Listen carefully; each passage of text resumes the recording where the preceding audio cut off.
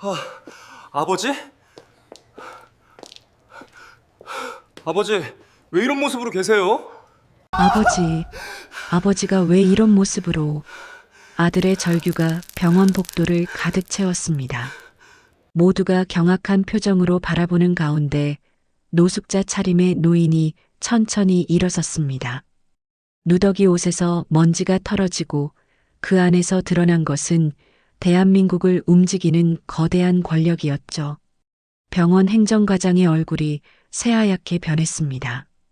방금 전까지 쫓아내려 했던 그 노숙자가 국내 3대 재벌 진성그룹의 회장이었으니까요.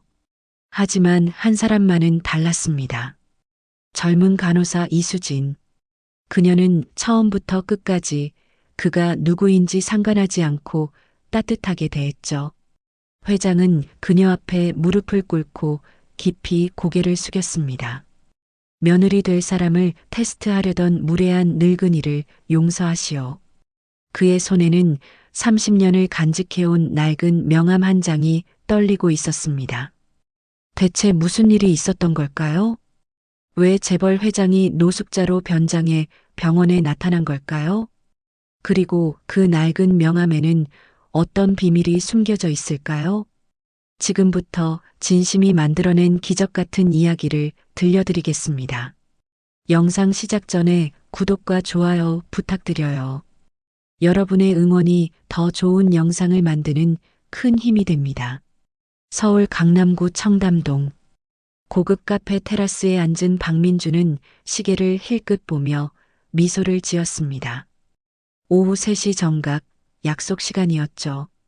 얼마 지나지 않아 카페 문이 열리고 이수진이 들어왔습니다. 간호사 유니폼 위에 가디건을 걸친 그녀는 피곤한 기색이 역력했지만 민준을 발견하자 환하게 웃었어요. 미안해요. 교대가 조금 늦어져서. 수진이 자리에 앉자 민준은 이미 주문해둔 아메리카노를 그녀 앞에 밀어주었습니다. 고생 많았어. 오늘도 힘들었지? 응급실이 원래 그렇잖아요. 그래도 오늘은 좀 나은 편이었어요. 수진은 따뜻한 커피를 한 모금 마시며 긴장이 풀리는 표정을 지었죠. 민주는 그런 그녀를 바라보며 가슴 한편이 따뜻해졌습니다. 수진의 순수함과 헌신적인 모습이 그를 끌어당겼으니까요. 수진아, 나 오늘 하고 싶은 말이 있어. 민준의 진지한 목소리에 수진이 고개를 들었습니다. 우리 부모님께 너를 소개하고 싶어. 수진의 눈이 커졌어요. 벌써요? 우리 사귄 지 6개월밖에 안 됐는데. 6개월이면 충분해. 나는 확신해, 수진. 너랑 평생 함께하고 싶어. 수진의 볼이 붉어졌고 그녀는 수줍게 고개를 숙였습니다. 민준 씨 부모님이 저 같은 평범한 간호사를 좋아하실까요? 민준은 수진의 손을 꽉 잡았습니다. 넌 평범하지 않아. 세상에서 가장 따뜻한 사람이야. 하지만 민준의 얼굴에는 수진이 알아채지 못한 불안함이 스쳐 지나갔습니다. 그는 아직 수진에게 말하지 못한 것이 있었으니까요. 자신이 진성그룹 회장의 외아들이라는 사실을요. 그날 저녁 강남의 고급 한정식집 송원. 박민주는 아버지 박진우 회장과 마주 앉았습니다. 회장은 찻잔을 들어 올리며 아들을 물끄러미 바라봤어요. 요즘 표정이 밝아 보이는구나. 아버지, 제가 오늘 드릴 말씀이 있어서 자리를 마련했습니다. 민준이 조심스럽게 말을 꺼냈습니다. 저, 결혼하고 싶은 사람이 생겼습니다. 회장의 손이 잠시 멈췄습니다. 찻잔을 천천히 내려놓은 회장의 눈빛이 날카로워졌죠. 그 여자 어떤 사람인가? 서울대병원 응급실 수간호사입니다. 이름은 이수진이고 32살. 간호사? 회장의 목소리에 차가운 기운이 실렸습니다. 네, 아버지. 수진은 정말 훌륭한 사람입니다. 성품도 좋고 환자들을 정성껏 돌보는. 내 신분을 알고 접근한 건가? 민주는 고개를 저었습니다. 아니요. 수지는 제 집안 배경을 전혀 모릅니다. 저를 그냥 평범한 회사원으로만 알고 있어요. 회장은 냉소적인 미소를 지었습니다. 그래. 그럼 내가 진성그룹 상무라는 걸 알게 되면 어떻게 변할까? 아버지, 수지는 그런 사람이 아닙니다. 민준의 목소리가 높아졌지만 회장은 꿈쩍도 하지 않았습니다. 민준아, 너는 아직 사람을 모른다. 돈 앞에서 변하지 않는 사람은 없어. 수지는 다릅니다. 제가 보증하겠습니다. 회장은 창밖을 바라보며 긴 침묵에 잠겼습니다. 밖으로는 서울의 화려한 야경이 펼쳐져 있었지만 그의 눈에는 아무것도 보이지 않았죠. 내가 직접 확인하겠다. 회장의 낮고 단호한 목소리가 방 안을 채웠습니다. 민주는 불길한 예감에 휩싸였습니다. 아버지, 무슨 뜻이신지 내가 알 필요는 없다. 그 여자가 진짜인지 가짜인지 내가 직접 시험해 보겠다. 회장은 자리에서 일어나며 더 이상의 대화를 거부했습니다. 민주는 아버지의 뒷모습을 바라보며 주먹을 꽉 쥐었어요. 그날 밤 박 회장의 서재. 회장은 책장 뒤편에 숨겨둔 오래된 나무 상자를 꺼냈습니다. 먼지가 수북이 쌓인 그 상자를 열자 낡은 옷가지들이 나왔죠. 악취가 나는 누더기 코트, 구멍난 스웨터, 때가 잔뜩 묻은 바지. 30년 전 그가 거리를 떠돌던 시절 입었던 옷들이었습니다. 회장은 그 옷들을 만지작거리며 깊은 생각에 잠겼어요. 상자 맨 밑바닥에는 작은 명함 한 장이 있었습니다. 희망의원 간호사 김미숙. 글씨는 오래되어 희미했지만 회장은 그 이름을 또렷이 기억하고 있었죠. 미숙 씨, 당신이 베풀어준 그 따뜻함을 잊은 적이 없소. 회장의 눈가에 잠깐 감정이 스쳤습니다. 30년 전 그날이 생생했으니까요. 사업 실패로 모든 것을 잃고 거리를 떠돌던 추운 겨울밤이었습니다. 극심한 배고픔과 추위에 쓰러진 그를 모두가 외면하고 지나쳤죠. 더러운 거지라며 발길질하는 사람도 있었습니다. 하지만 단 한 사람, 희망의원의 젊은 간호사 김미숙만이 그를 병원으로 데려갔어요. 어르신, 괜찮으세요? 제가 치료해 드릴게요. 그녀는 무료로 치료해주고 따뜻한 밥과 옷까지 챙겨주었습니다. 떠날 때 건네준 명함에는 그녀의 글씨가 적혀 있었죠. 다시 일어서시면 꼭 찾아오세요. 제가 응원하겠습니다. 회장은 그 말 한마디로 다시 일어설 수 있었습니다. 그리고 지금의 진성그룹을 일구어냈죠. 사람의 진심은 가장 낮은 곳에서 만난 사람을 어떻게 대하느냐로 알 수 있지. 회장은 명함을 조심스럽게 주머니에 넣었습니다. 그리고 낡은 옷들을 천천히 꺼내기 시작했어요. 민준의 여자가 진짜인지 내가 직접 확인하겠다. 회장의 눈빛이 결연하게 빛났습니다. 다음 날 새벽 박 회장은 비서실장 강태준을 극비로 호출했습니다. 실장, 내일 아침 일정을 모두 취소하게. 회장님, 중요한 이사회가 있는데 내가 더 중요한 일이 있다고 했네. 회장의 단호한 목소리에 강 실장은 더 이상 묻지 못했습니다. 그리고 이 계획은 민준에게 절대 알려선 안 돼. 누구에게도. 알겠습니다, 회장님. 강 실장이 나간 후 회장은 다시 그 낡은 옷들을 바라봤습니다. 30년 만에 다시 그 모습으로 돌아가는 것이었죠. 이수진. 내가 진짜 김미숙 씨 같은 사람인지 내가 직접 보겠다. 회장의 손이 명함을 쓰다듬었습니다. 그 순간 창밖으로 새벽이 밝아오고 있었습니다. 운명의 시험이 시작되려 하고 있었죠. 사흘이 지났습니다. 박 회장은 그 시간 동안 철저히 준비했어요. 아무도 모르게 완벽하게요. 새벽 5시 회장의 침실. 거울 앞에 선 회장은 천천히 옷을 벗기 시작했습니다. 평소 입던 고급 잠옷 대신 그 낡은 누더기를 하나씩 걸쳤죠. 구멍난 스웨터는 악취가 났고 때가 잔뜩 묻은 바지는 딱딱하게 굳어 있었습니다. 회장은 거울 속 자신을 바라보며 쓴웃음을 지었어요. 30년 만에 다시 이 모습이 되는구나. 머리를 일부러 헝클어뜨리고 얼굴에 흙을 문질러 발랐습니다. 깨끗하게 정돈되어 있던 은발은 지저분하게 흐트러졌고 고급 향수 냄새는 온데간데 없이 사라졌죠. 거울 속에는 더 이상 대한민국 3대 재벌의 회장이 아닌 누추한 노숙자만이 서 있었습니다. 회장은 주머니 깊숙이 그 낡은 명함을 넣었어요. 미숙 씨, 당신 같은 사람이 또 있을까요? 새벽 5시 30분. 회장은 비밀 통로를 통해 집을 빠져나왔습니다. 운전기사도 경호원도 없이 혼자였죠. 회장은 일부러 비틀거리는 걸음으로 걷기 시작했습니다. 등은 구부정하게, 시선은 바닥을 향하도록요. 지하철역으로 향하는 길, 출근하는 사람들이 그를 스쳐 지나갔습니다. 한 젊은 여성이 회장 옆을 지나다가 코를 막았어요. 냄새. 회장은 아무 표정 없이 계속 걸었습니다. 이게 바로 세상이 노숙자를 대하는 방식이었으니까요. 30년 전에도 지금도 마찬가지였죠. 지하철 안. 회장은 구석 좌석에 몸을 웅크리고 앉았습니다. 사람들은 그를 보자마자 자리를 피했어요.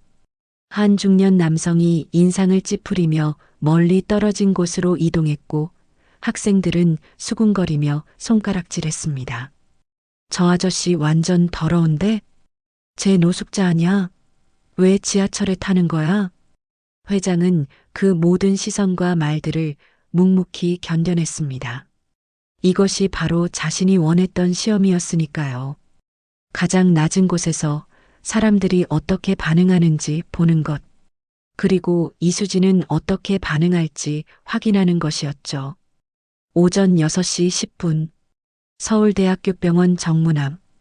회장은 병원 건물을 올려다보았습니다.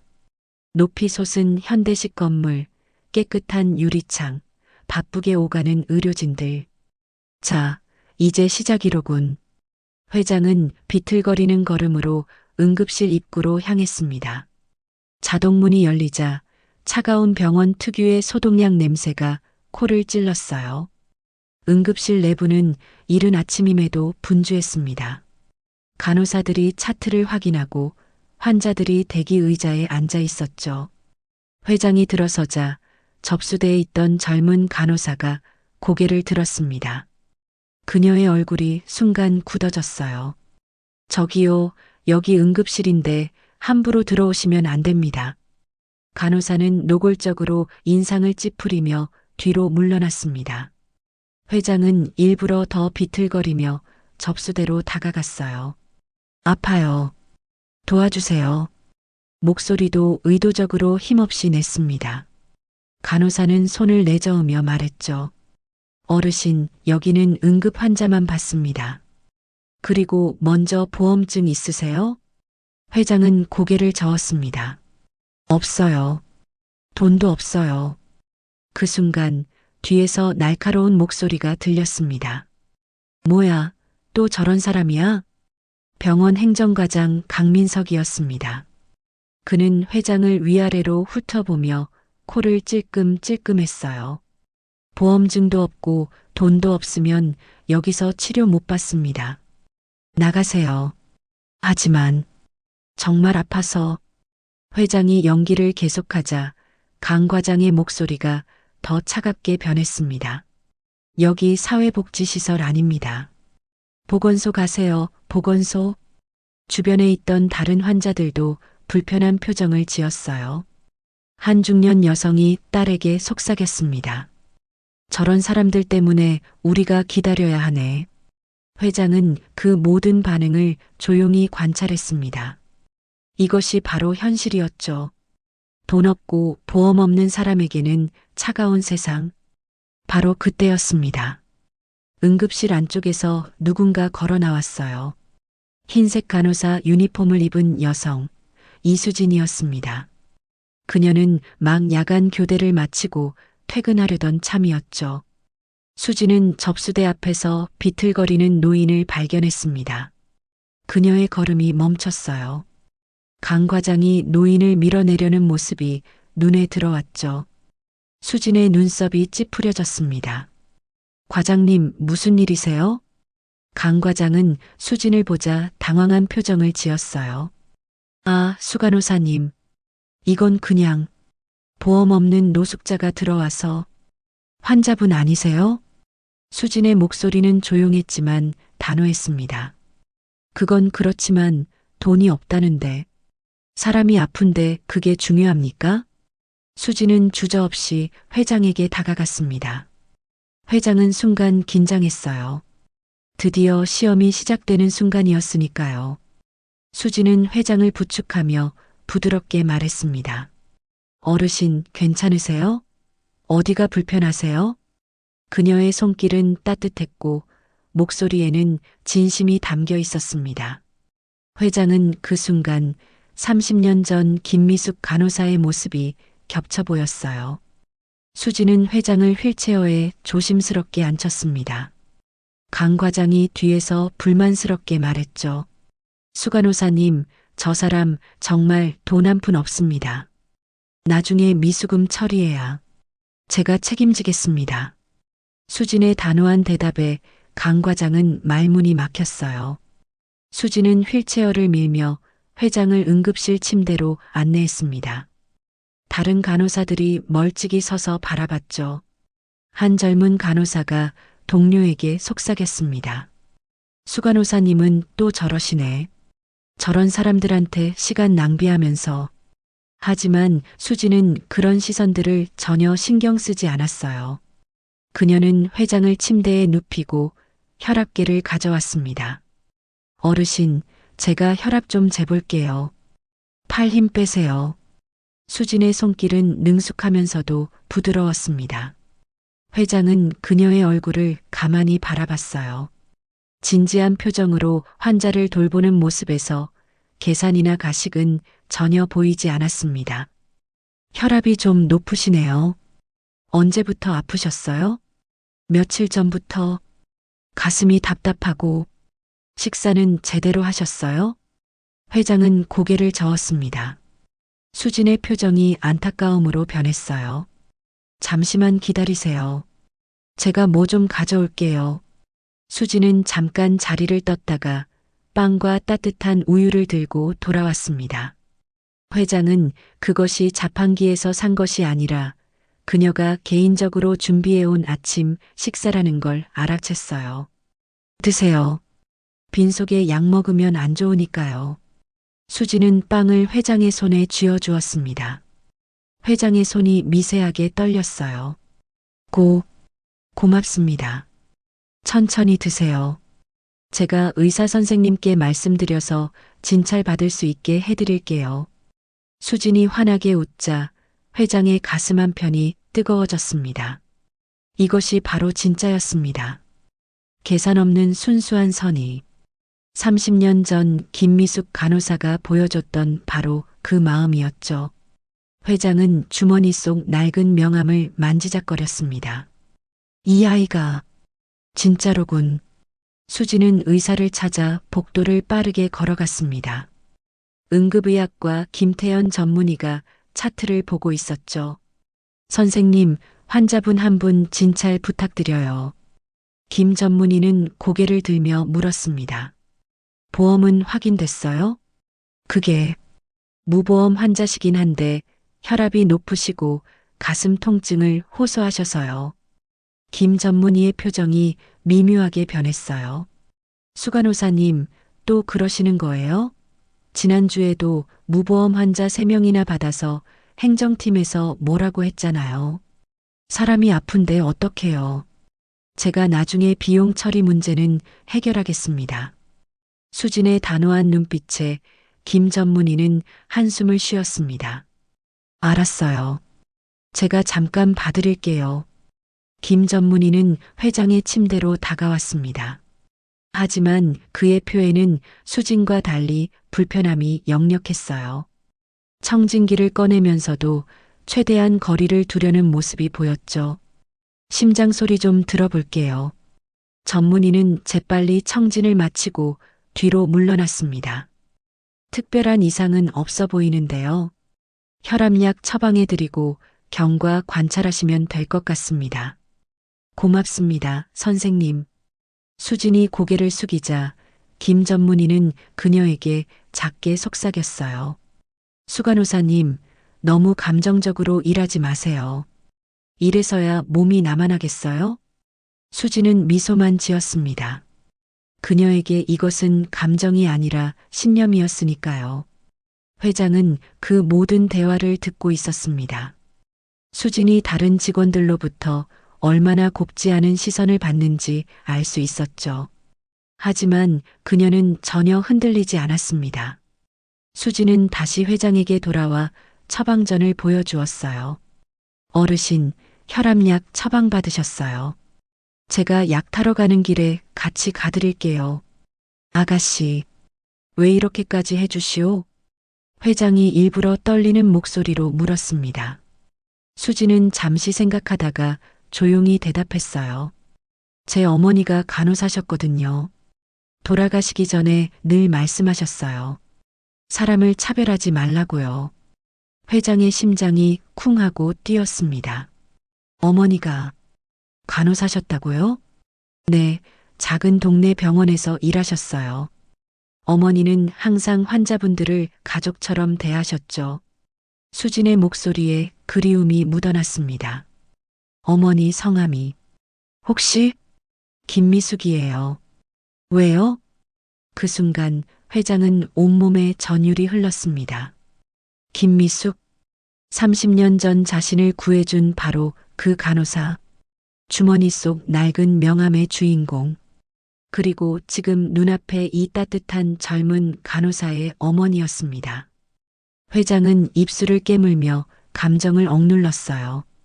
이것은 운명이었습니다. 하지만 회장은 아직 정체를 드러낼 수 없었습니다. 시험은 아직 끝나지 않았으니까요. 그렇군요. 훌륭하신 어머니를 두셨습니다. 감사해요. 어머니 덕분에 저도 간호사가 됐어요. 수지는 환하게 웃으며 회장을 휠체어에 다시 앉혔습니다. 자, 이제 약국 가볼까요? 복도를 지나가는 동안 사람들의 시선이 따갑게 느껴졌습니다.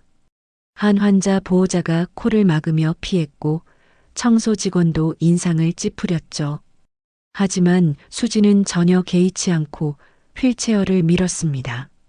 오히려 회장에게 말을 걸며 편안하게 해주려 했어요. 어르신, 혹시 지내실 곳은 있으세요? 회장은 고개를 저었습니다. 없소. 그냥 이곳저곳 떠돌아다니는 신세요. 수진의 표정이 어두워졌어요. 그럼 식사는요? 제대로 드시고 계세요? 먹을 게 있을 때만. 수진은 잠시 망설이다가 가방에서 지갑을 꺼냈습니다. 그리고 10,000원짜리 몇 장을 회장의 손에 쥐어주었죠. 많지는 않지만 이걸로 따뜻한 국밥이라도 드세요. 아니, 이럴 수는. 괜찮아요. 제가 도와드리고 싶어서 드리는 거예요. 회장은 그 돈을 바라보며 목이 메었습니다. 수지는 자신의 형편도 넉넉지 않을 텐데 주저없이 돈을 내밀었죠. 이것이 바로 진짜 선이었습니다. 약국에 도착했을 때 약사도 회장을 보자 표이 굳었습니다. 이분 처방전이요. 얼마예요? 수진이 물었을 때 약사는 대답했습니다. 25,000원입니다. 제가 계산할게요. 수진이 카드를 꺼내자 회장이 손을 잡았습니다. 아가씨, 이미 충분히 도움을 받았소. 이 이상은 어르신 약 안 드시면 안 돼요. 제발 받으세요. 수진의 눈빛은 간절했습니다. 회장은 더 이상 거부할 수 없었어요. 수진은 약값을 계산하고 약봉지를 회장에게 건넸습니다. 하루 3번 식후에 드세요. 꼭 챙겨 드시는 거예요. 고맙소. 정말 고맙소. 회장의 목소리가 떨렸습니다. 응급실 출구 앞. 수지는 회장과 함께 밖으로 나왔어요. 아침 햇살이 따스하게 내리쬐고 있었습니다. 어르신, 혹시 다시 아프시면 여기로 오세요. 제가 있을 때 오시면 제가 도와드릴게요. 수지는 자신의 근무 스케줄을 메모지에 적어 주었습니다. 제 이름은 이수진이에요. 저 찾으시면 돼요. 회장은 그 메모지를 받아 꼭 쥐었습니다. 수진 아가씨, 당신은 참 좋은 사람이요. 아니에요.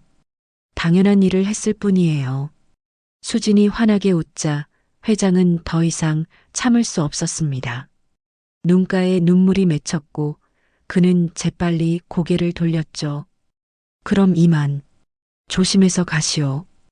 회장은 비틀거리는 걸음으로 병원을 떠났습니다. 수지는 그 뒷모습을 한참 바라보다가 작게 한숨을 쉬었어요. 어머니, 제가 잘하고 있는 거죠? 그녀는 하늘을 올려다보며 작게 중얼거렸습니다. 병원 뒤편 골목. 회장은 벽에 기대서서 눈물을 닦았습니다. 주머니에서 그 낡은 명함과 수진이 준 메모지를 꺼내 나란히 놓았어요. 희망의원 간호사 김미숙, 이수진 마이너스 응급실 수간호사, 어머니와 딸. 30년의 시간을 넘어 같은 마음이 이어지고 있었습니다. 미숙 씨, 당신의 딸이 당신을 그대로 닮았소. 회장은 하늘을 올려다보며 긴 한숨을 내쉬었습니다. 이제 알겠소. 민준이 왜 그 아이를 선택했는지. 회장은 휴대폰을 꺼내 비서실장에게 전화를 걸었어요. 실장, 차분하게. 위치는. 하지만 전화를 끊기 전 회장은 한 가지를 더 확인하기로 했습니다. 진짜 마지막 시험을요. 아니, 잠깐. 차는 아직 보내지 말게. 회장은 다시 병원 쪽을 바라봤습니다. 그의 눈빛이 결연하게 빛났어요. 이번엔 진짜 어려운 시험을 해봐야겠군. 회장은 다시 비틀거리는 걸음으로 병원 안으로 들어갔습니다. 이번에는 수진의 인내심을 시험할 차례였죠. 오후 2시, 응급실은 점심시간이 지나며 한산해졌습니다. 수진은 간호사 스테이션에서 차트를 정리하고 있었어요.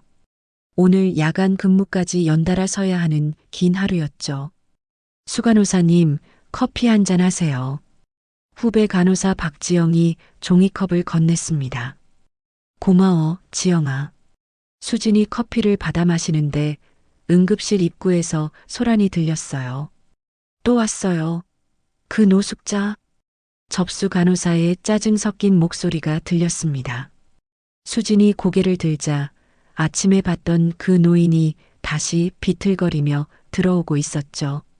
어르신? 수진이 급히 일어나 다가갔습니다. 회장은 이번에는 훨씬 더 심하게 비틀거렸어요. 아가씨, 다시 아파서.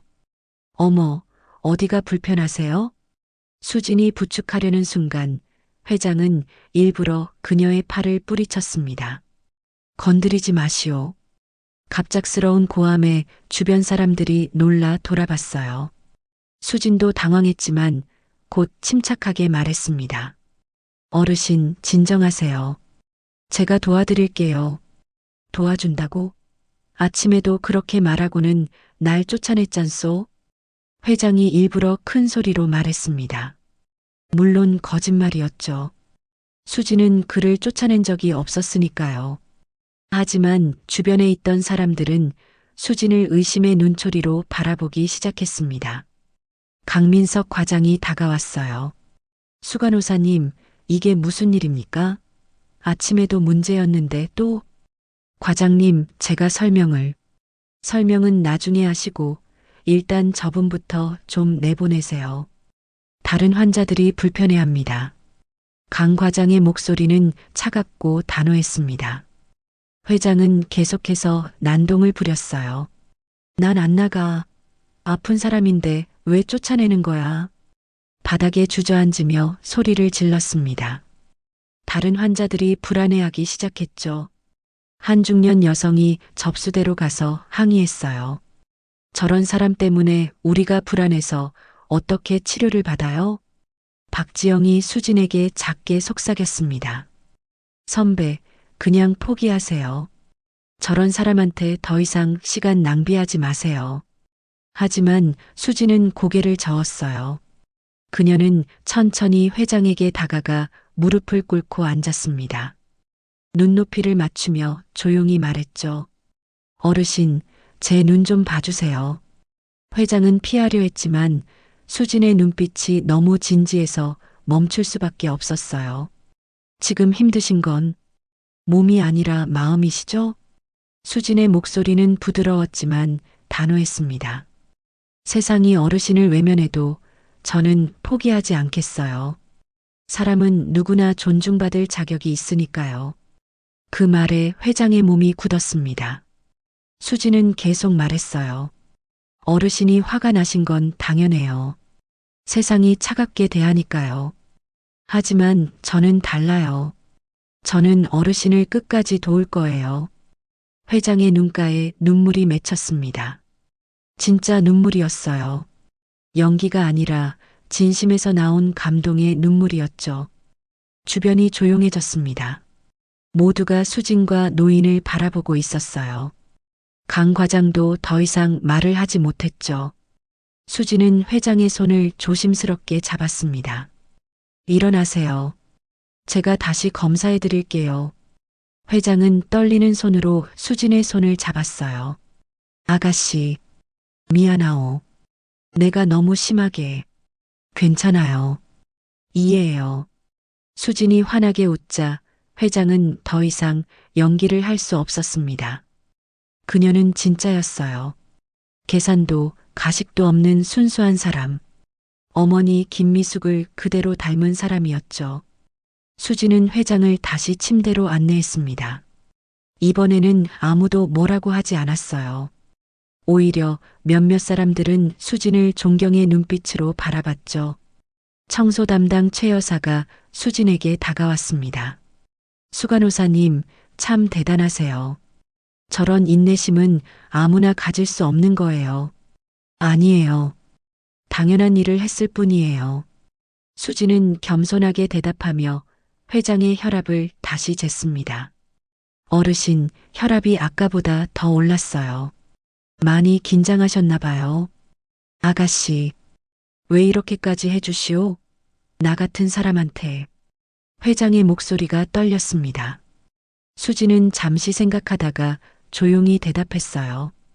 어머니가 그러셨어요. 사람의 가치는 가진 것으로 정해지는 게 아니라고요. 훌륭하신 어머니시오. 네. 어머니가 제 자랑이에요. 수진의 눈빛에 그리움이 어렸습니다. 그때 응급실 입구에서 익숙한 목소리가 들렸어요. 수진아. 박민준이었습니다. 수진은 깜짝 놀라 고개를 돌렸죠. 민준 씨? 여기 왜? 점심시간이라 깜짝 방문했지. 같이 밥 먹으려고. 민준이 환하게 웃으며 다가왔습니다. 하지만 수진 옆에 있는 노숙자 노인을 보자 그의 걸음이 살짝 멈췄어요. 회장도 긴장했습니다.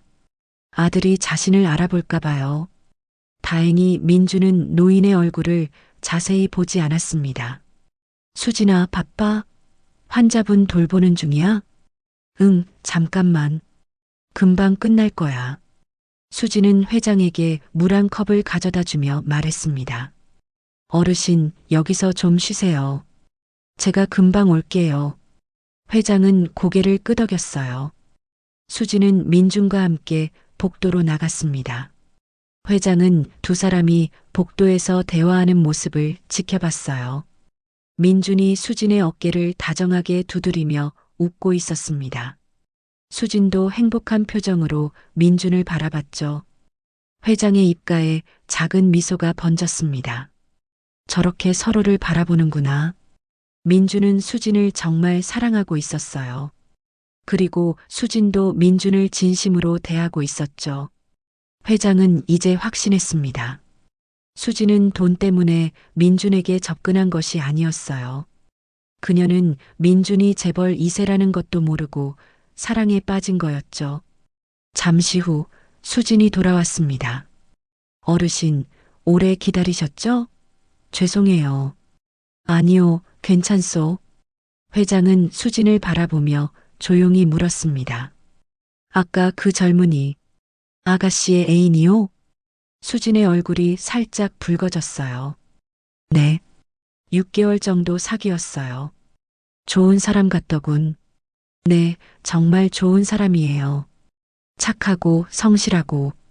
수진의 목소리에 행복이 묻어났습니다. 회장은 그 모습을 보며 마음이 놓였어요. 이 아이는 진짜로 민준을 사랑하는구나.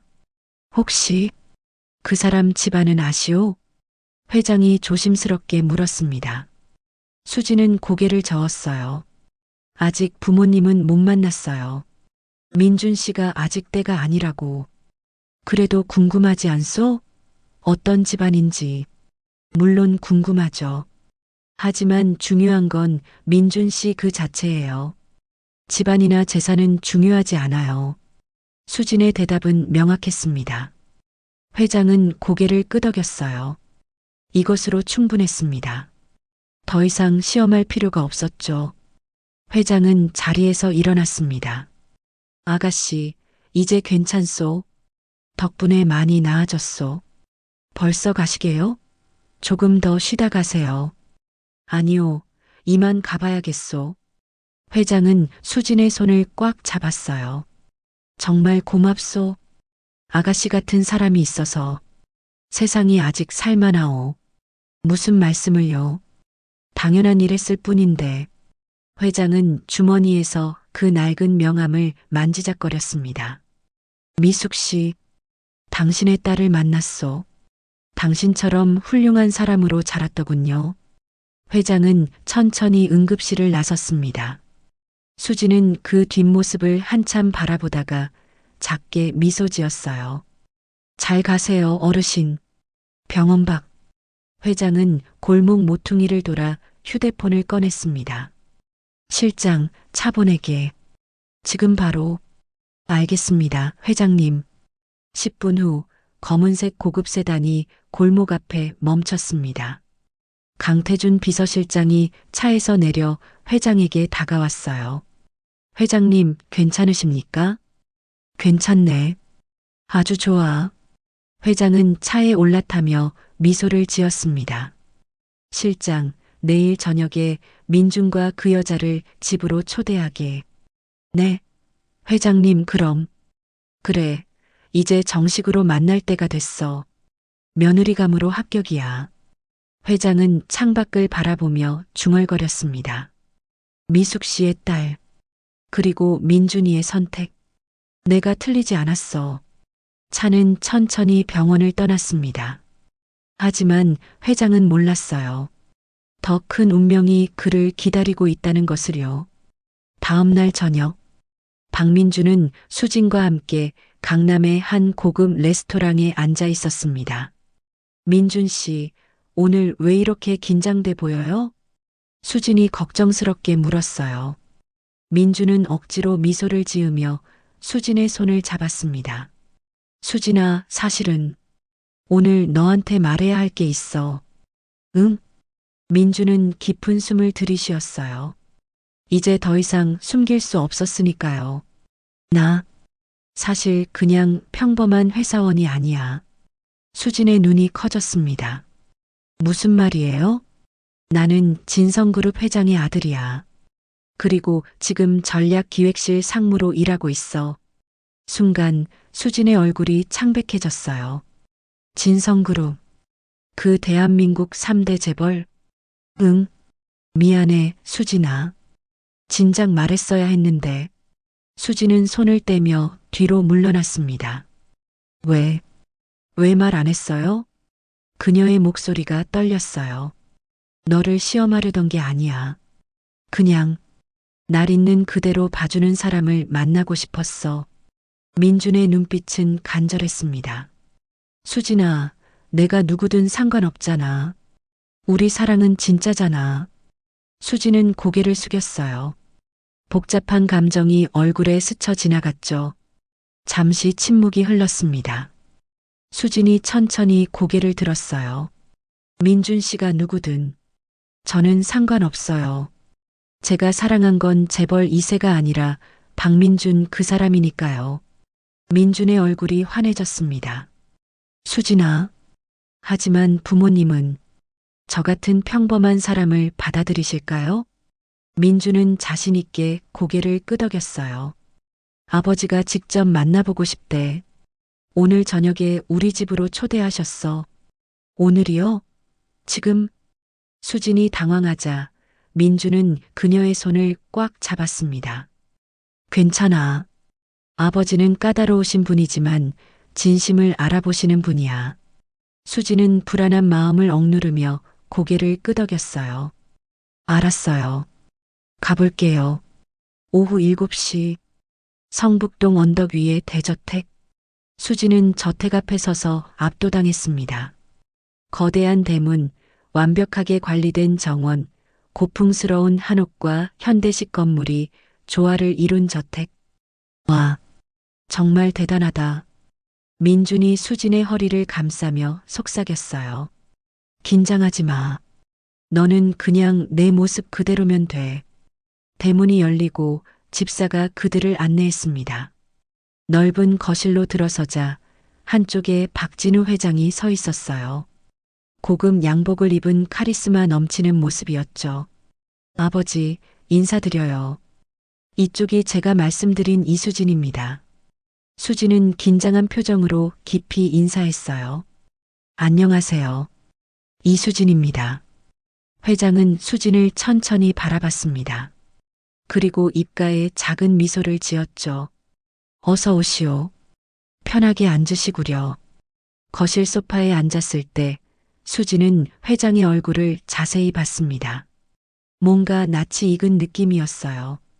어디서 본 것 같은데. 하지만 떠오르지 않았죠. 회장이 먼저 말을 꺼냈습니다. 수진 씨, 민준이한테 많이 들었소. 서울대병원에서 일한다고? 네, 응급실 수간호사로 일하고 있습니다. 힘든 일이겠소. 힘들지만 보람 있는 일이에요. 수진의 대답은 솔직했습니다. 회장은 고개를 끄덕이며 차를 한 모금 마셨어요. 어머니도 의료계 종사자셨다고 들었는데. 네, 어머니는 간호사셨어요. 작은 동네 병원에서. 수진이 말하다가 멈췄습니다. 회장의 표정이 묘하게 변했거든요. 어머니 성함이 혹시 김미숙 아니시오? 수진의 눈이 커졌어요.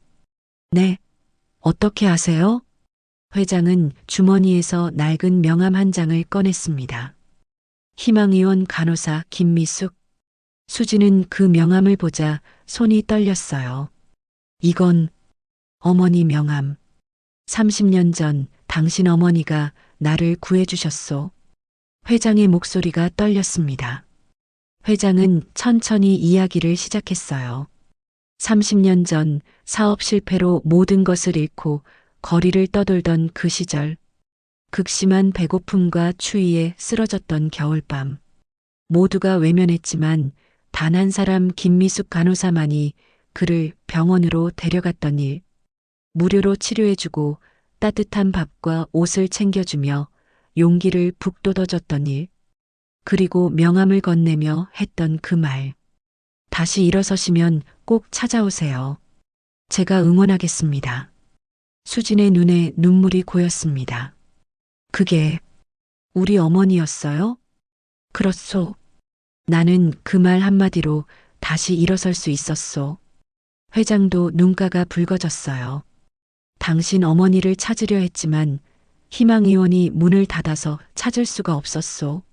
어머니는 10년 전에 돌아가셨어요. 수진의 목소리가 떨렸습니다. 회장은 자리에서 일어나 수진에게 다가갔습니다.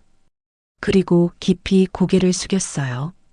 당신 어머니께 직접 감사 인사를 드리지 못한 게 평생 한이었소.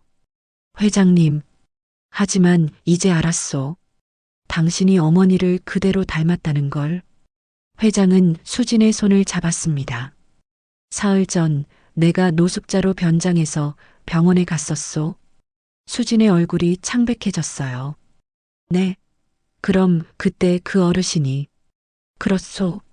내가 며느리 될 사람을 시험하려고 한 짓이었소. 민준도 충격받은 표정으로 아버지를 바라봤습니다. 아버지, 그게 무슨... 회장은 손을 들어 민준을 제지했어요. 하지만 수진 씨는 나를 차별하지 않았소. 돈도 없고 보험도 없는 노숙자를 진심으로 돌봐줬소. 수진은 그제야 기억해냈습니다. 사흘 전 응급실에서 만난 그 노인. 모두가 외면했지만 자신만은 끝까지 돌봐줬던 그 사람. 회장님이 그분이셨어요? 수진의 눈에서 눈물이 흘러내렸습니다. 저는 그냥 당연한 일을 했을 뿐인데. 회장도 눈물을 흘렸어요. 당신은 어머니가 나한테 해줬던 바로 그 마음으로 나를 대해줬소. 회장은 수진 앞에 무릎을 꿇었습니다. 무례한 시험을 한 늙은이를 용서해 주시오. 안 돼요, 회장님. 수진이 황급히 회장을 일으켜 세웠어요. 저야말로 죄송해요. 만약 알았더라면. 아니요. 몰랐기에 더 진심이었소. 회장은 수진의 어깨를 다정하게 두드렸습니다. 당신은 이미 합격이요. 아니, 합격을 넘어섰소. 민주는 모든 상황을 이해하고 눈물을 흘렸습니다. 아버지, 감사합니다. 회장은 아들과 수진을 번갈아 바라봤어요. 민준아, 넌 좋은 사람을 만났다. 당신 어머니처럼 수진 씨처럼 진심을 가진 사람을 말이야. 회장은 그 낡은 명함을 수진에게 건넸습니다. 이걸 당신이 가지시오. 어머니의 유품이니까. 수진은 떨리는 손으로 명함을 받았어요. 어머니의 글씨를 만지며 흐느꼈죠. 어머니, 어머니가 심어주신 씨앗이 이렇게 꽃을 피웠어요. 회장은 수진을 따뜻하게 안아주었습니다. 미숙 씨의 딸이 우리 며느리가 되는구나. 이게 운명이 아니고 무엇이겠소. 거실에는 감동의 눈물만이 흐르고 있었습니다.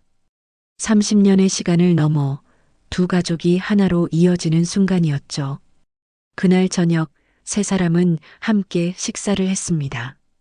회장은 수진에게 어머니의 이야기를 더 많이 물었어요. 수진도 어머니가 평생 환자들을 가족처럼 돌봤던 이야기를 들려줬죠. 어머니는 늘 말씀하셨어요. 사람의 가치는 가진 것이 아니라 베푸는 것으로 정해진다고요. 회장은 고개를 끄덕였습니다. 훌륭하신 분이셨소. 그리고 그 가르침이 당신을 통해 이어지고 있소. 식사를 마칠 무렵 회장은 중요한 결정을 발표했어요. 수진 씨, 내일부터 우리 집안의 며느리로 준비하시구려. 결혼식은 석 달 후로 하지. 수진은 놀라 민준을 바라봤습니다. 민준이 환하게 웃으며 수진의 손을 잡았어요. 수진아, 나와 결혼해 줄래? 수진의 눈에 다시 눈물이 맺혔습니다. 네. 네, 좋아요. 회장은 미소를 지으며 두 사람을 축복했습니다. 미숙 씨, 하늘에서 보고 계시죠? 당신의 딸이 행복해질 겁니다. 다음 날 오전, 서울대학교 병원 응급실은 평소처럼 분주했습니다. 하지만 수진의 마음은 어제 저녁의 감동으로 가득 차 있었어요. 선배, 오늘 표정이 왜 이렇게 좋아요? 후배 간호사 박지영이 웃으며 물었습니다. 응? 그래. 수진은 자신도 모르게 미소를 짓고 있었죠. 민준과의 결혼, 그리고 회장님과의 운명적인 인연. 모든 것이 꿈만 같았습니다. 하지만 그 행복은 오래가지 못했어요. 오전 10시, 병원 행정과장 강민석이 응급실로 들어왔습니다. 그의 얼굴은 창백했고 손에는 태블릿을 들고 있었죠. 수간호사님, 잠깐 좀 봅시다. 강 과장의 목소리는 평소와 달리 떨리고 있었어요. 수지는 이상한 기분이 들어 그를 따라갔습니다. 상담실로 들어가자 강 과장은 문을 닫았어요. 이게 대체 무슨 일입니까? 강 과장은 태블릿을 수진에게 보여줬습니다. 화면에는 인터넷 기사가 떠 있었어요. 진성그룹 박민준 상무, 평범한 간호사와 결혼 예정. 신데렐라 스토리, 재벌과 병원 간호사의 만남. 수진의 얼굴이 굳어졌습니다. 이게 벌써 언론에 다 퍼졌습니다. 수간호사님이 진성그룹 회장의 며느리가 된다는 소식이요. 강 과장의 목소리가 높아졌어요. 수진은 급히 휴대폰을 확인했습니다. 부재중 전화가 20통이 넘었고 문자 메시지도 수십 개였죠. 대부분이 기자들의 연락이었어요. 이수진 간호사님, 인터뷰 요청드립니다. 결혼 과정에 대해 말씀해 주시겠습니까? 재벌과의 만남은 어떻게 시작됐나요? 수진은 손이 떨렸습니다. 과장님, 저는 이렇게 될 줄 몰랐어요. 몰랐다고요? 재벌 2세와 사귀면서 몰랐다고요? 강 과장의 목소리에 비난이 섞여 있었습니다. 과장님, 저는 진심으로. 진심? 지금 병원이 난리가 났습니다. 기자들이 응급실 앞까지 몰려왔어요. 강 과장은 화가 난 표정으로 말을 이었어요. 원장님께서 수간호사님을 부르십니다. 지금 당장 가보세요. 원장실. 김성호 원장은 심각한 표정으로 수진을 바라봤습니다. 수간호사 앉으시오. 수진은 긴장한 채 자리에 앉았어요. 원장은 한숨을 쉬며 말했습니다. 솔직히 놀랐소. 우리 병원 직원이 진성그룹과 연을 맺을 줄은. 죄송합니다, 원장님. 죄송할 건 없소. 하지만 문제는 지금 병원이 언론의 주목을 받고 있다는 거요. 원장은 창밖을 바라봤어요. 기자들이 몰려와서 환자들이 불편해하고 있소. 이건 병원 운영에 지장을 줍니다. 수지는 고개를 숙였습니다. 제가 어떻게 해야 할까요? 원장은 잠시 침묵하다가 조심스럽게 말했어요. 당분간 휴직하는 게 어떻겠소? 상황이 진정될 때까지. 휴직이요? 수진의 목소리가 떨렸습니다. 간호사 일은 그녀의 정체성이었어요. 어머니로부터 물려받은 소명이었죠. 일주일만요. 일주일만 시간을 주시면 제가 조용히 일할 수 있게 하겠습니다. 원장은 고민하다가 고개를 끄덕였어요. 알았소. 일주일 후에 다시 이야기합시다. 수지는 원장실을 나와 복도를 걸었습니다. 동료들의 시선이 따가웠어요. 제가 그 간호사래. 재벌한테 잘 보이려고 얼마나 애썼을까?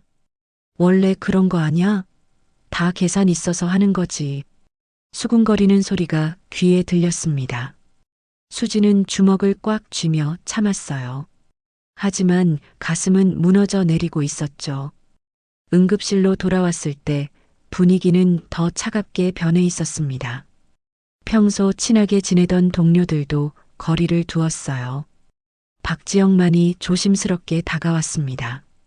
선배, 괜찮아요? 응, 괜찮아. 수지는 억지로 미소를 지었지만 지영은 속을 수 있었죠. 사람들 말 신경 쓰지 마세요. 선배가 얼마나 성실하게 일했는지 다 알잖아요. 고마워, 지영아. 하지만 수진의 마음은 무거웠습니다. 자신이 평생 쌓아온 평판이 하루아침에 무너지는 것 같았으니까요.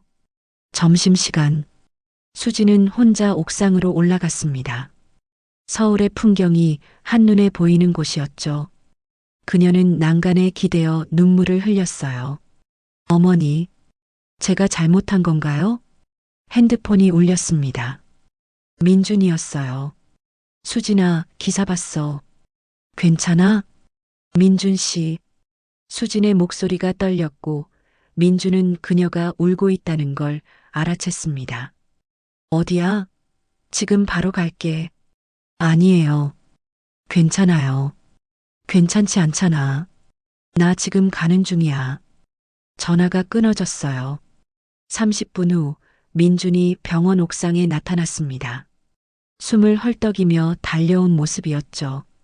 수진아. 민준은 수진을 꽉 안아주었어요. 수진은 그의 품에서 더 이상 참지 못하고 흐느꼈습니다.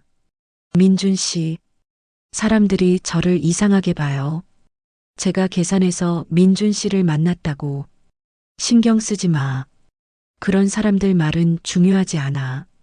하지만 병원에서도 원장님이 휴직을 권하셨어요. 민준의 얼굴이 굳어졌습니다. 뭐라고? 그게 무슨... 제가 있으면 병원에 피해가 간대요. 기자들 때문에. 민준은 주먹을 꽉 쥐었어요. 이건 내 잘못이야. 내가 조심했어야 했는데. 아니에요. 누구 잘못도 아니에요. 수진은 눈물을 닦으며 말했습니다. 그때 수진의 휴대폰이 또 울렸어요. 모르는 번호였습니다. 여보세요? 이수진 간호사님이십니까? 저는 데일리뉴스 기자입니다. 수진은 재빨리 전화를 끊었어요. 하지만 곧바로 다른 번호에서 전화가 걸려왔죠. 민준이 수진의 휴대폰을 받았습니다. 여기는 박민준입니다.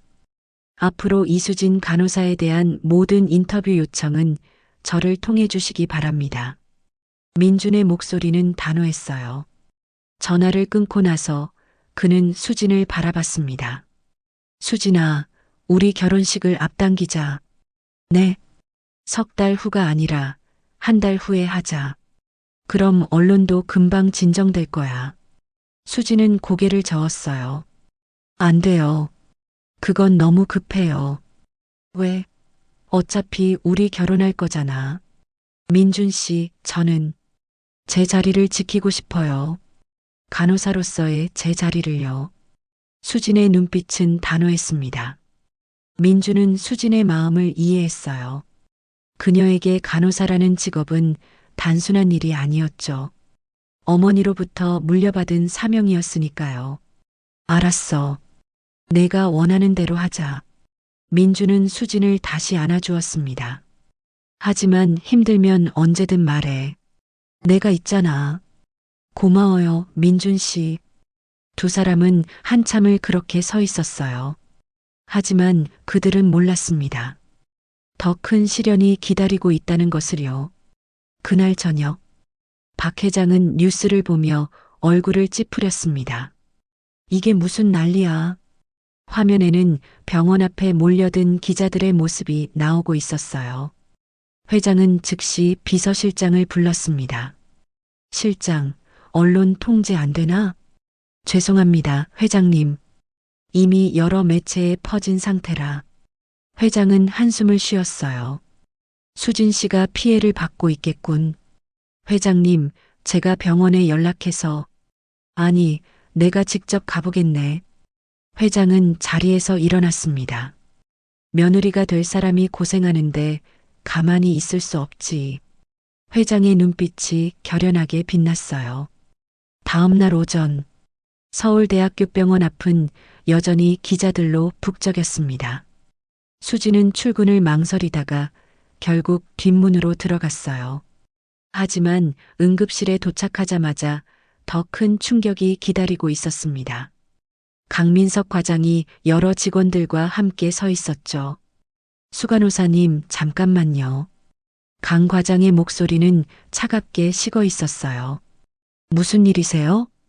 원장님께서 긴급 회의를 소집하셨습니다. 수간호사님에 관한 문제로요. 수진의 심장이 쿵 하고 내려앉았습니다. 회의실, 원장을 비롯한 주요 간부들이 모여 있었어요. 분위기는 무겁고 냉랭했습니다. 수간호사, 심각한 제보가 들어왔소. 원장의 목소리는 평소와 달리 날카로웠어요. 어떤 제보 말씀이신가요? 강 과장이 서류를 내밀었습니다. 며칠 전 무보험 환자를 개인적으로 치료해주고 비용까지 부담했다는 제보입니다. 수진은 그 노숙자 노인, 즉 회장을 떠올렸어요. 네, 그랬습니다. 하지만 그건 그것뿐만이 아닙니다. 지난 6개월간 무려 15건의 무단 비용 처리가 있었습니다. 강 과장이 냉소적으로 말했어요. 수간호사님, 혹시 진성그룹과의 관계를 이용해 병원 규정을 무시한 건 아닙니까? 무슨 말씀이세요? 저는 그런 적 없습니다. 수진의 목소리가 떨렸습니다. 간호부장이 끼어들었어요.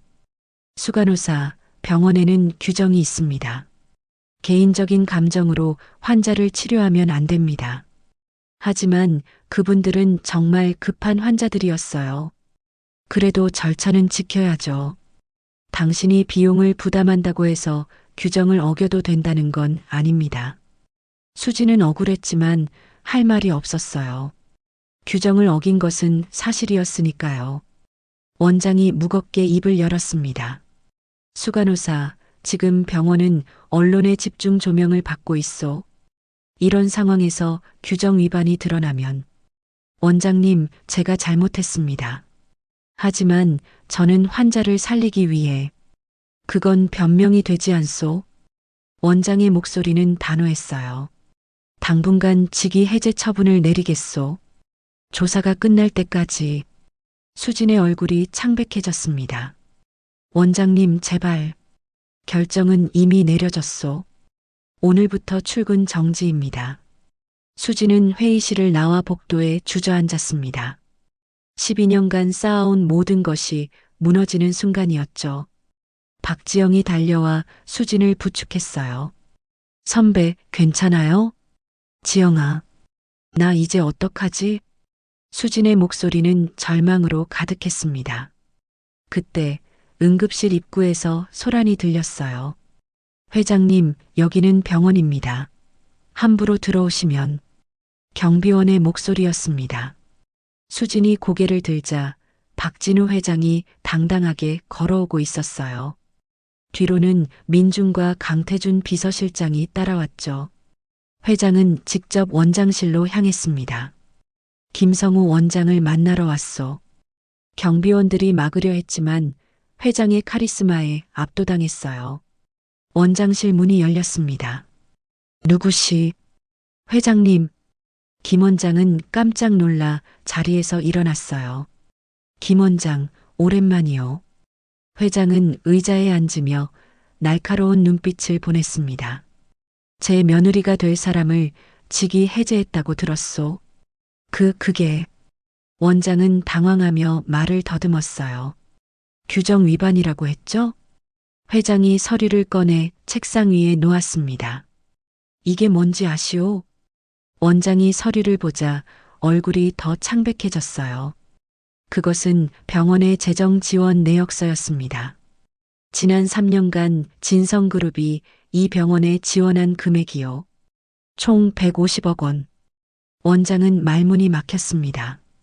회장은 차갑게 말을 이었어요. 수간호사가 개인 비용으로 처리한 금액이 얼마요? 기껏해야 1,000만 원도 안 될 텐데. 그렇습니다만. 그 돈으로 15명의 환자를 살렸소. 규정 위반? 그건 핑계에 불과하오. 회장의 목소리가 점점 높아졌어요. 김 원장, 당신은 언론을 두려워해서 진짜 의료인을 희생시키려는 거요. 회장님, 오해십니다. 저는 오해가 아니오. 내가 직접 봤소. 회장은 자리에서 일어났습니다.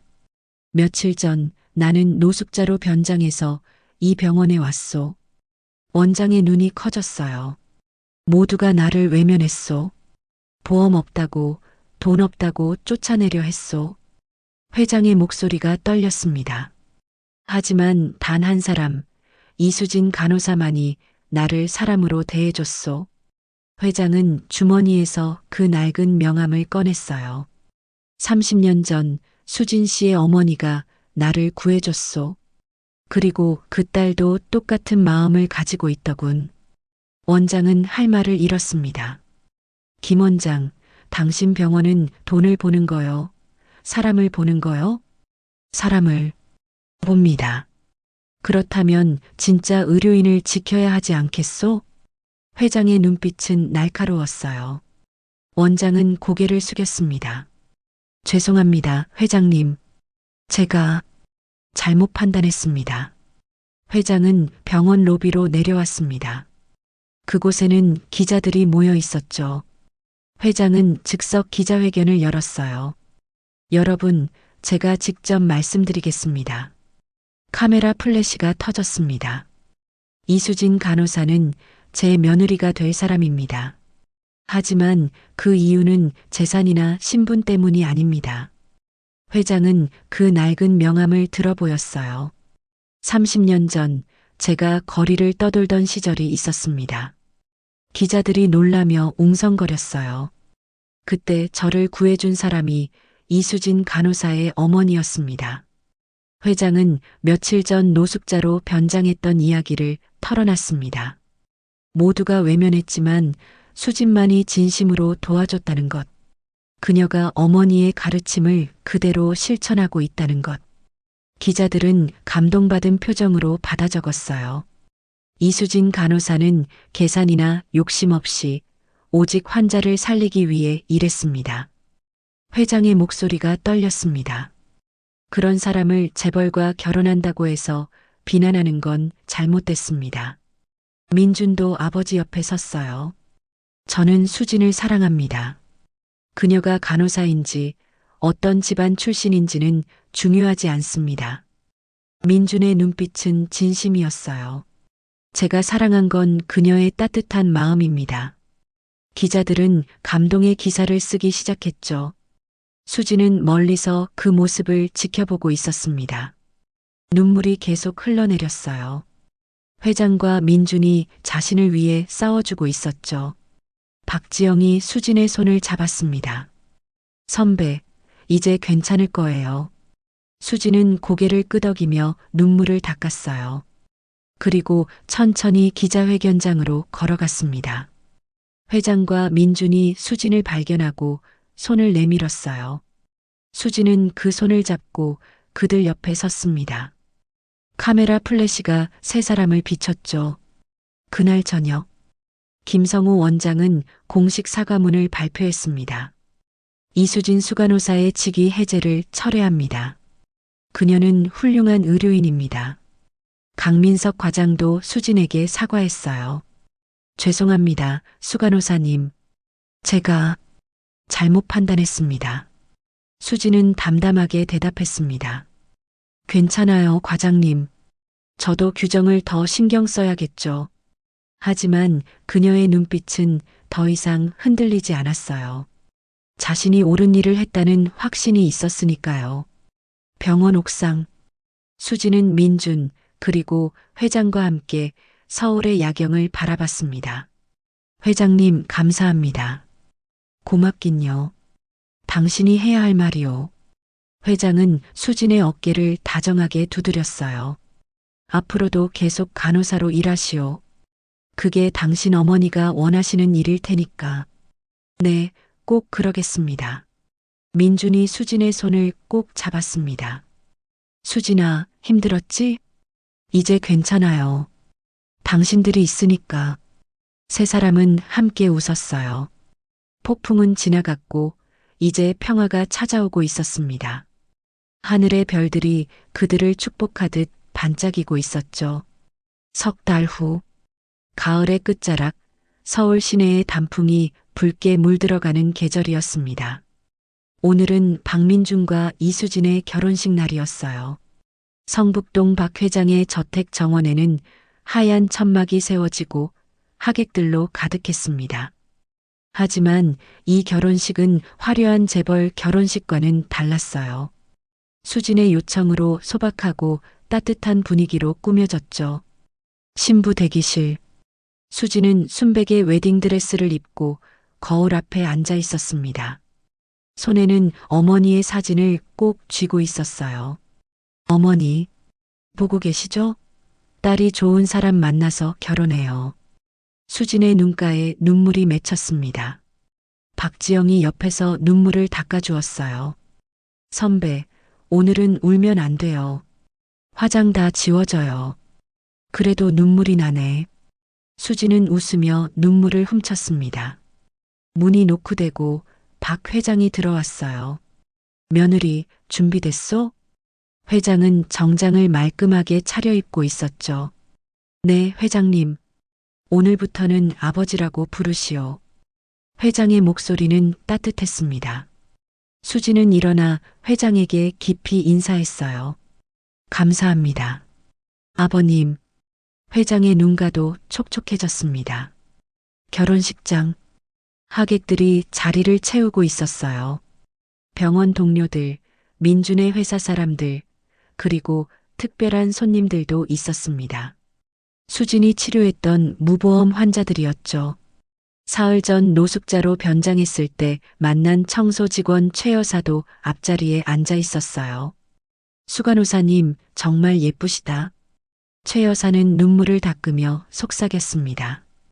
웨딩 마치가 울려 퍼졌습니다. 박 회장이 수진의 팔짱을 끼고 입장했어요.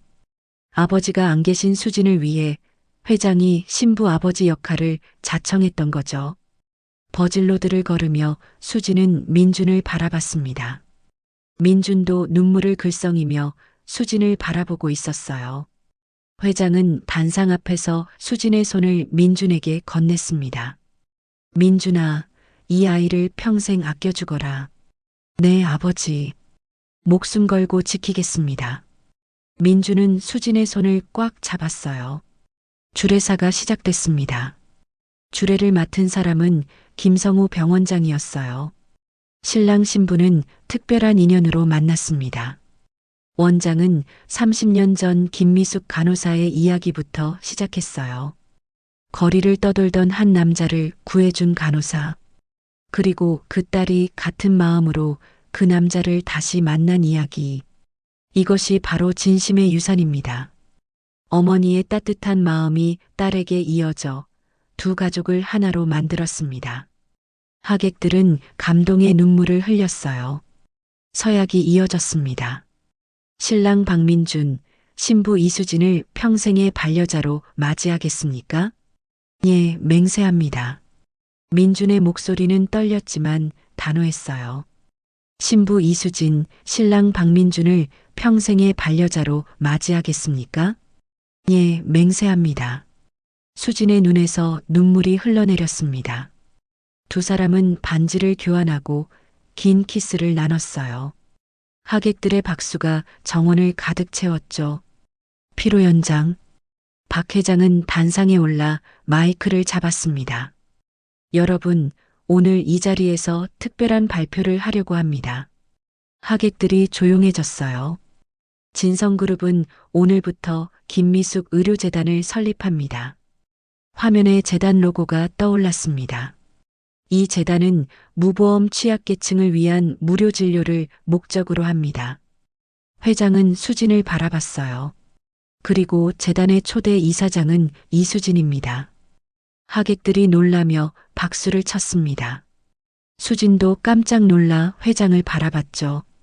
아버님, 이건 당신 어머니의 뜻을 이어가시오. 돈이 없어서 치료받지 못하는 사람이 없도록. 회장의 목소리가 떨렸습니다. 30년 전 받은 은혜를 이제야 갚게 됐소. 수진은 눈물을 흘리며 회장을 껴안았어요. 감사합니다, 아버님. 어머니도 정말 기뻐하실 거예요. 피로연이 끝나갈 무렵 수진은 혼자 정원 한쪽에 서 있었습니다. 하늘을 올려다보며 작게 중얼거렸어요. 어머니, 보고 계시죠? 어머니가 심어주신 씨앗이 이렇게 큰 나무가 됐어요. 민준이 뒤에서 수진을 안았습니다. 무슨 생각해? 어머니 생각. 수진은 민준의 품에 기댔어요. 어머니가 30년 전에 회장님을 도와주지 않았다면 우리는 만나지 못했을 거야. 그러게. 이게 다 운명이었나 봐. 민준은 수진의 이마에 키스했습니다. 수진아, 평생 행복하게 해줄게. 나도 당신을 평생 사랑할게요. 두 사람은 석양을 바라보며 서 있었어요. 저 멀리 박 회장도 두 사람을 바라보고 있었습니다. 주머니에서 그 낡은 명함을 꺼내 마지막으로 들여다봤어요. 희망의원 간호사 김미숙. 미숙 씨. 감사하오. 당신이 보여준 진심이 제 인생을 바꿨소. 회장은 명함을 조심스럽게 접어 넣었습니다. 그리고 당신의 딸이 이제 우리 가족이 됐소. 제가 평생 지키겠습니다. 강태준 비서실장이 다가왔어요. 회장님, 행복해 보이십니다. 그렇네. 오랜만에 진짜 행복이 뭔지 알 것 같아. 회장은 미소를 지었습니다. 실장, 세상에서 가장 값비싼 게 뭔지 아나? 무엇입니까? 돈으로 살 수 없는 진심일세. 그게 가장 귀한 거야. 석 달 후, 김미숙 의료재단이 정식으로 문을 열었습니다. 서울 종로구에 세워진 현대식 건물이었죠. 개원식 날 수지는 흰 가운을 입고 환자들을 맞이했어요. 첫 환자는 노숙자 차림의 할아버지였습니다. 어르신, 어디가 불편하세요? 수진의 목소리는 여전히 따뜻했어요. 할아버지는 눈물을 흘리며 말했습니다. 고맙소. 이런 곳이 생겨서. 괜찮아요. 편히 치료받으세요. 수지는 할아버지의 손을 잡아주었죠. 진료실 책상 위에는 2개의 액자가 놓여 있었습니다. 하나는 어머니 김미숙의 사진, 다른 하나는 그 낡은 명함이었어요. 수지는 2 액자를 바라보며 미소 지었습니다. 어머니, 제가 어머니의 뜻을 이어가고 있어요. 문이 열리고 민준이 들어왔어요. 수진아, 점심 먹으러 가자. 응, 가자. 2 사람은 손을 잡고 나갔습니다. 복도에서는 환자들과 의료진들이 오가고 있었죠. 모두의 얼굴에 희망이 가득했습니다. 그날 저녁, 박 회장의 서재. 회장은 창밖을 바라보며 위스키를 한 모금 마셨어요. 책상 위에는 30년 전 자신이 쓴 일기장이 펼쳐져 있었습니다. 오늘 김미숙 간호사를 만났다. 그녀는 내게 다시 일어설 용기를 줬다. 언젠가 꼭 이 은혜를 갚으리라. 회장은 펜을 들어 새로운 문장을 적었습니다. 30년이 지나 나는 그 약속을 지켰다. 미숙 씨의 딸과 내 아들이 만나 가족이 됐다. 그리고 그녀의 이름으로 많은 사람들을 돕는 재단을 세웠다. 이제야 마음의 빚을 조금 갚은 것 같다. 회장은 일기장을 덮으며 하늘을 올려다봤어요. 미숙 씨, 하늘에서 평안하시길. 1년 후, 김미숙 의료재단은 전국에 3개의 지점을 더 열었습니다. 수천 명의 환자들이 무료로 치료를 받았죠. 수지는 재단 이사장으로서 바쁜 나날을 보냈지만 항상 행복한 미소를 잃지 않았어요. 민준도 회사 일과 함께 재단을 적극적으로 지원했습니다. 박 회장은 그런 2 사람을 뿌듯하게 바라봤죠. 어느 날 수진이 회장에게 찾아왔습니다. 아버님, 좋은 소식이 있어요. 무슨 소식인가? 수진은 수줍게 미소 지었어요. 제가 임신했어요. 회장의 얼굴이 환하게 밝아졌습니다. 정말인가? 손주를 보게 되는구나. 회장은 수진을 조심스럽게 안아주었어요. 미숙 씨, 듣고 계시오? 당신의 손주가 태어난답니다. 수진도 눈물을 흘렸습니다. 아버님, 아이가 태어나면 할머니 이름을 물려주고 싶어요. 좋은 생각이요. 그 이름이 대대손손 이어지길. 그날 밤, 수진과 민주는 집 거실에 앉아 있었습니다. 배를 쓰다듬으며 수진이 말했어요. 우리 아이에게도 진심의 소중함을 가르쳐 줘야겠어. 그럼 할머니와 엄마가 보여준 그 따뜻한 마음을 물려줘야지. 민주는 수진의 손을 잡았습니다. 수진아, 너를 만난 게 내 인생 최고의 행운이야. 나도 그래. 당신과 당신 아버님, 그리고 우리 아이까지. 모두 감사해. 2 사람은 서로를 안아주었어요. 창밖으로는 별이 반짝이고 있었습니다. 마치 하늘에서 김미숙 간호사가 미소 짓고 있는 것 같았죠. 15년 후, 김미숙 의료재단은 전국 15개 지점으로 확대됐습니다. 수진의 딸 박미숙은 어머니를 닮아 따뜻한 마음을 가진 아이로 자랐어요. 어느 날 학교에서 돌아온 미숙이 물었습니다. 엄마, 나도 커서 간호사가 될 수 있어? 수진은 딸을 안아주며 미소 지었어요. 물론이지. 내가 원한다면. 응, 나도 엄마처럼 할머니처럼 아픈 사람들 도와주고 싶어. 수진의 눈에 눈물이 고였습니다. 진심의 유산은 이렇게 세대를 넘어 이어지고 있었습니다. 세상에서 가장 값진 것은 돈이 아니라 진심이라는 것. 그 진리는 영원히 변하지 않을 것입니다. 여러분, 이 이야기는 여기서 마무리됩니다. 박진우 회장과 이수진 간호사, 그리고 두 가족이 만들어낸 기적 같은 이야기였죠. 세상은 때로 차갑고 냉정합니다. 하지만 진심 하나로 모든 것을 바꿀 수 있다는 것을 잊지 마세요. 여러분도 오늘 누군가에게 따뜻한 손길을 내밀어 보는 건 어떨까요? 그 작은 진심이 누군가의 인생을 바꿀 수 있습니다. 이 영상이 마음에 드셨다면 구독과 좋아요 부탁드립니다. 여러분의 응원이 더 감동적인 이야기를 만드는 큰 힘이 됩니다. 다음 영상에서 또 만나요.